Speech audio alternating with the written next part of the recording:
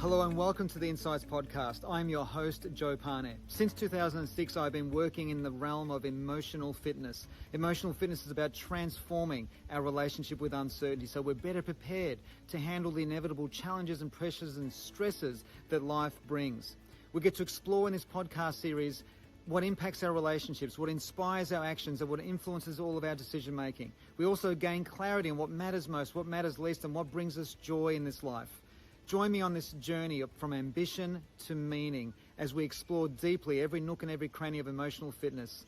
Thank you for being here, and I look forward to embarking on this adventure with you.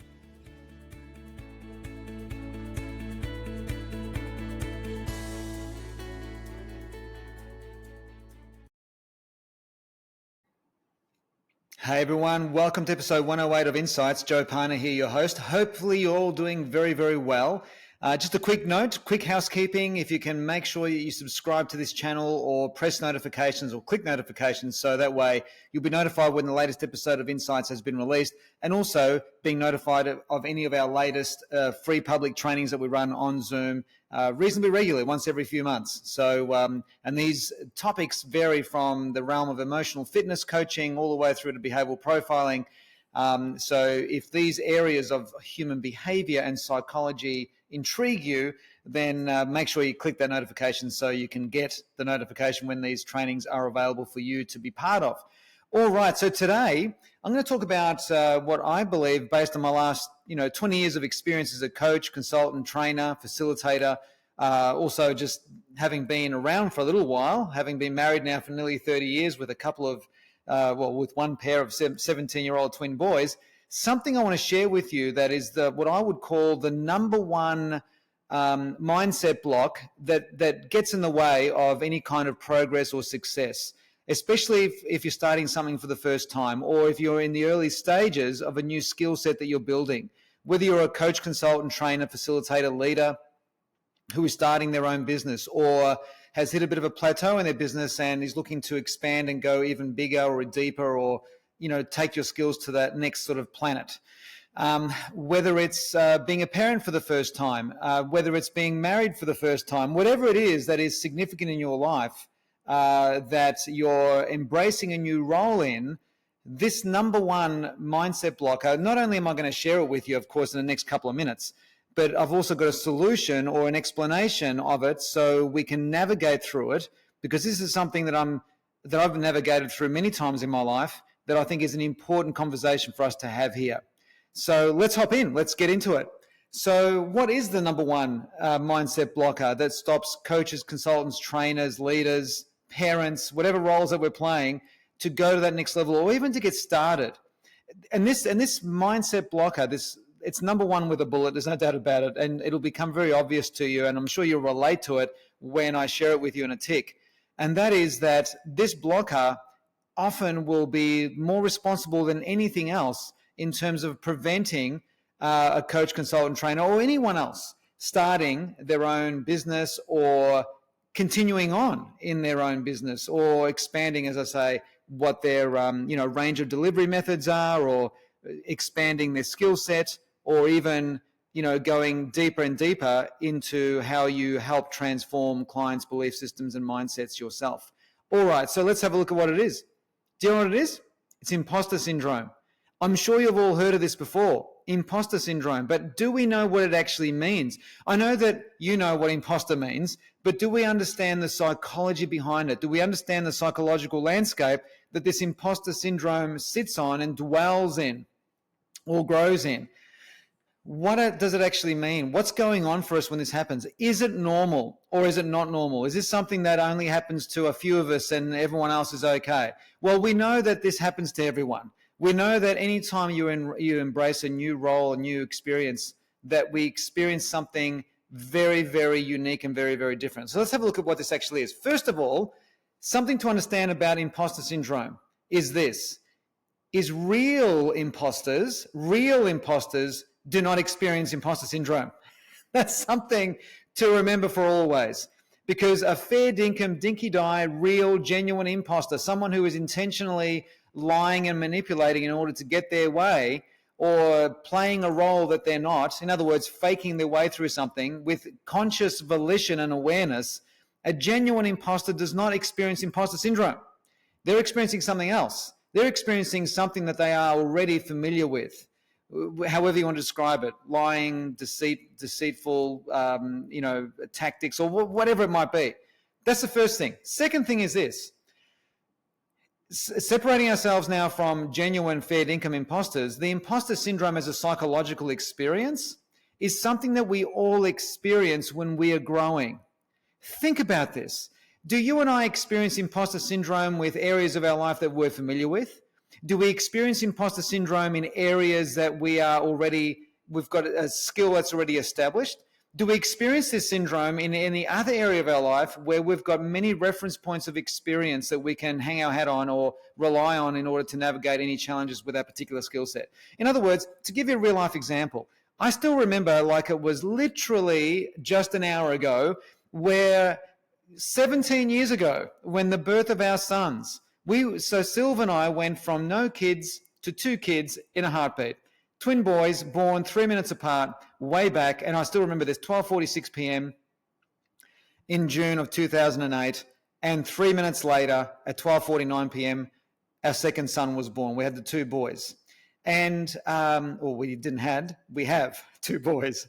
So and then they were born early, so they were in hospital for about 17, 18 days, and so we had time to start to emotionally, spiritually, and energetically begin to align with this sudden new level of responsibility and role that we are dedicating ourselves to, or that life is demanding from us. So when we drove home, I remember the day specifically when Sylv and I left the hospital 17 days later after Sylv gave birth, with the babies in the back of the car, driving home. The vulnerability is unspeakable. The fear was unspeakable. The delicateness, I guess vulnerability is probably the most appropriate word to use. It was indescribable. It was like we were looking at each other going, who are we? What have we done? What is this? And where do we go from here? Like, what happens when we get home? For 17 days, we had the support of staff, nurses, the team at the hospital, pretty much, guiding Sylv and, pretty much next steps. This is what we're doing this morning. This is what we're going to do this afternoon. This is how they're doing. This is how they're progressing. We're measuring this at the moment. We're taking these sorts of tests. Everything's going fine. Take all that away, and suddenly you're at home with 2 babies, where suddenly something happens. One of them starts to cry. The other one starts to scream. Screaming is different to crying. How do you navigate that? So do you think we felt like imposters as parents going home with the babies? Of course we did. Because anytime you are growing into a brand new identity that is completely unfamiliar to you, you're going to have to experience imposter syndrome. So imposter syndrome is one of the ultimate indicators that you are actually growing. If you're not experiencing imposter syndrome in your coaching business or in your, whatever business you have or whatever area of your life that is important to you that you're trying to grow into, if you're not experiencing imposter syndrome, you're either not growing or you're not moving at the level of speed of which that particular skill set or business demands from you or needs from you. Is that making sense? It is so important. So when those boys were born, we went from not being mother and father to being a mother and a father. The role switch was dramatic. It was instant. It was fast. It was deep. It was confusing. It was head spinning. It was heart swirling. It was crazy stuff. And it took months for us to get our minds, heads, and hearts around the fact that we are now parents. Obviously, we know that we're parents when we brought the babies home. That's from a logistical, logical, superficial, surface level sort of area. But from a profoundly deep identity area or place, we hadn't caught up with that yet. And here's another insight into imposter syndrome. Imposter syndrome also indicates that we are in the process of catching up to who we are about to become, or we are catching up to who we are becoming. I still remember in 2006, when I left employeeship. I'd been an employee for 10 years. I finished uni back in the 90s with my psychology, sociology. I started a job as a rehabilitation counsellor in the manufacturing industry at Ford Motor Company in Melbourne, Victoria, Australia. And that job was very political and toxic and agenda-driven by many different agendas. It was just it wasn't the job. I didn't get to do the thing that I thought the job was going to give me, and that is to give me the avenue to actually help people who are physically injured get back to work, whether it was emotionally, physically, spiritually even. 80% of my caseload were malingerers. A malingerer is somebody who is faking their injuries in order to take advantage of the compensation system. I was dealing with the agenda of a shop steward, the agenda of a insurance company, the agenda of the area manager, the agenda of the medical centre, and all of their KPIs and all that sort of stuff. It was a horrible job. So 2.5 years I was there, left that, and then went into the space of working in real estate for 7 or so years, which I absolutely loved most of that time. The reason why I'm sharing this with you is that for 10 years, as far as the salary was concerned, the salary was something that was a consistent thing. Like on the 12th or the 13th or the 14th of the month or whatever, you know, my salary would come in. Yes, even when I was in real estate, I was on a salary package with bonuses, which was very rare at the time, because back then most agents, maybe still now, I don't really know, are on commission-only sort of structures. But I was luckily I was on a salary. So I've been on a salary. I had been on a salary all my life, and then in 2006. When I started my coaching and training business, where I left my old employeeship, my old jobs, where I had left that certainty and comfort and security of what a monthly salary that you could predict for the rest of the year was coming in, leaving that behind and going into the space of the abyss, which was like, oh my God, like where's the next $500 coming from kind of thing. To say it was scary was an understatement. And to go out suddenly, when I say suddenly, to go out to a networking event or to present myself as a coach or as someone who is a consultant coach of some kind, do you think I felt like a bit of a fraud, a bit of a fake? Of course I did. Was I being a fraud or a fake? No, I wasn't. I was expressing my growth into a new level of identity. In the emotional fitness formula, many of you who follow me in the emotional fitness space, you might be a member of my EFF community. EFF stands for Emotional Fitness Formula. In that space, there are 5 core focus areas or focus points or principles that the emotional fitness formula specifically runs deep in. The purpose of the emotional fitness formula is to transform our relationship with uncertainty. It's not to make uncertainty easier, but it's to make us better at navigating effectively and efficiently any confusion that we're going through or any newness that we're going through. And identity is one of those 5 focus areas.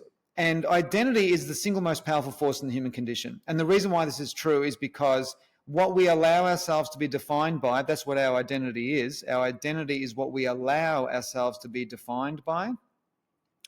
What defines us owns our entire psychological landscape. So to give you an example, if I'm defined by the role I'm playing as an employee, if I'm defined as an employee, which was what was a big aspect of my identity for 10 years before starting my business, is that I was a dependable, reliable, reasonably high-performing employee, especially in the real estate space. That was my definition of how I defined my role in that job, if that makes sense. And that was something that I grew into, that I became very familiar with, and I became very deeply connected to. So what defines us owns our psychological landscape. What defines us owns us. What does that actually even mean? So what happens is you start to grow a hypersensitive connection to the role that you're playing. If I'm defined by the role that I'm playing and defined by the results that that role brings into my life, I'm going to grow a hypersensitive or hypersensitivity to how well or not well I am doing, how well I'm progressing or not progressing. I'm going to be, the wins will go to my head and the losses will go to my heart if I'm defined by the role that I'm playing and the results that that role is bringing. Now, back then in the late 90s, early 2000s, I was definitely defined by the role that I was playing. I saw myself as an employee. I didn't see myself as a business owner. I didn't see myself as becoming the sole generator of opportunity in order to create an income for myself.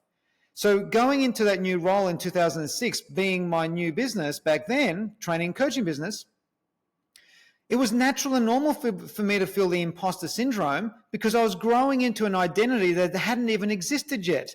It took between 3 and 5 years, if that's the truth of the matter, is it took me between 3 and 5 years to catch up to who I was becoming, to start becoming genuinely, naturally aligned to being a business owner, consultant, coach, trainer. Because I had been for 10 years an employee, it took me that long. And now it doesn't mean that it's going to take you that long to grow into a new role, but that's just how long it took me. And back in 2006, the world was very, very, very different. There was no social media. There was no, it was just different. Everything was different. So the point I want to make is that imposter syndrome, you want to experience it. Instead of being worried about it or negating it or not even talking about it or being concerned about it or allowing it to stress your mind out, is you need to do the opposite and embrace it, because what it actually is an indicator that you're growing. In fact, if you're experiencing imposter syndrome with any area of your life, you should be internally celebrating that you are, because it means that you are letting go of the old identity that no longer serves, and you're becoming and evolving into a new level of identity that you're becoming, that you deserve right now, that you're growing into. Life is all about growth. Life is about lots of things. It's about, lots of things. We could talk about love and contribution and all those important things. Well, one of the other important things that life is about growth. You've heard me share here many times in this podcast that we are either green and growing or ripe and rotting. And so what happens is that if we're not growing, we start dying. If we're not moving in the general direction of who we are meant to become, we're going the other way, where we're starting to shrink. Aspects of us begins to die. I mean, how many times have you heard where people suddenly stop working and go into retirement mode? And I'm talking retirement mode 101, the traditional retirement mode, where the person goes from busy to having nothing to do. I mean, I'm being a bit extreme with what I'm saying there as far as retirement goes. But how many times have you seen that happen? And suddenly the person stops growing. They stop challenging themselves. They stop challenging their mind. They stop challenging their bodies. They stop challenging their relationships in healthy ways. They stop challenging things. Is that the moment that starts to happen, we stop growing. And the moment we stop growing, we start dying. You're either green and growing or ripe and rotting. Ripeness is just that sweet, perfect moment where we stop growing and we haven't started dying, and we're just enjoying that peak of the peak. And then there's only one way we can go, either continue up or we go down. I realize what I just said doesn't make complete sense, because if you're at the peak, you can't keep going. But you get what I'm saying, right? Yeah, I'm sure you get what I'm saying. So imposter syndrome, yes, it's the number one mindset blocker, but it shouldn't be. It should actually be the number one most important mindset doorway to walk through and embrace and hug and take in, because it's an indicator that you're growing. Here's the other thing I want to share with you. Imposter syndrome happens intensely when you get out of your comfort zone. And when you get out of your comfort zone, you're going into places and areas that you've never been to before, where you have zero reference points of experience. It is therefore normal and natural to wonder, because you're still undefined in terms of what your identity is in this new space and place. I often share that getting out of your comfort zone, whilst it's good for us every so often, I don't think it's something that we can sustain. So if we can't sustain it, how do we sustain our growth? Great question. Well, the way that we sustain our growth is to not continually have to get out of our comfort zone every week, but to expand our comfort zone. Now, when we're starting as a coaching business or starting a new project or role, and I'll speak from a coaching perspective, because I remember obviously having me and I start my coaching business in 2006, is that I had to get out of my comfort zone many times in order to create the opportunity to expand my new comfort zone. So let me explain what I mean. So getting out of your comfort zone is when you're doing something you've never done before. So me starting my new coaching business is something I'd never done before. I had never gone networking. I had never gone out and done all the different things that I did, little presentations, 5-minute presentations to business owners, or any of that stuff I had never done in my life. I had zero reference points. It was as scary as all heck. It was outside of my comfort zone. Now what happens is, as I get out of my comfort zone and I keep doing those presentations, going to those networking events and start building my confidence and skill in those areas, I start creating reference points that become familiar. And the more reference points I can create, the more I can create a comfort zone, a new comfort zone that I then can work on expanding. So the difference between expanding a comfort zone and getting out of a comfort zone, as I've clearly said a few times here already, getting out of our comfort zone is when we are getting into a space where we have no reference points. But when we're expanding our comfort zone, we're going into an area or a place or an experience where we've got reference points of experience, but we're adding new reference points. So we're expanding who we are. And that is how you sustain your growth. Now, when you're doing expansion of comfort zone, imposter syndrome kind of simmers away because you've got lots of reference points that you're building. But the initial stages of starting a business or starting a new consultancy or starting a new project, the initial initiation into it has to have imposter syndrome because you're entering into an area where you've got no reference points. Is that making sense? I trust it's making. I love to hear comments, by the way, if you're watching this on YouTube or listening to this on some other favorite platform of yours. Would love to know your comments, even if you message me on Instagram. Just all you have to do is it's at Joe Parner Insights in Instagram and Facebook and all that kind of stuff. I hope I got that. I hope I got that link correct. So that's the thing, right? And here's the other point I want to make, and then I'm going to wrap up this episode. The other thing I want to share here is that think of an area of your life where you already have confidence. Think of it. It's an area of your life that you know well. It's an area of your life that you've already got established experiences, heaps of reference points, and imposter syndrome disappeared a long time ago. The confidence has arisen genuinely within you. The certainty has risen within you. The comfort, the security, the safety has risen within you because of the experiences that you've had in that particular area. It's the same with when you start anything new, in the sense that you're creating a new area of your life with new reference points so you can expand your comfort zone into that. But the initial entry, the initiation into that particular new world has to have imposter syndrome with it. Because imposter syndrome is an indicator that you and I are growing. The confidence comes later. We know this already. As I read somewhere, I can't remember where I saw this, but you can't learn to drive a parked car. Do you get it? You can't learn to swim without getting into the pool.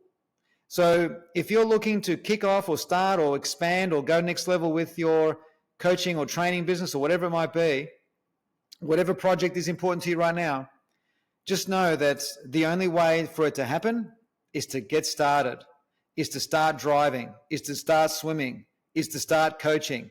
You've got to create new reference points. And it's really important in our lives, in all areas of our lives, from health to finances to relationships to everything, is that we are consciously creating new reference points, new experiences, expanding our comfort zone, so we can become who we need to become, so we can become what life demands that we become in order to handle the next level of life.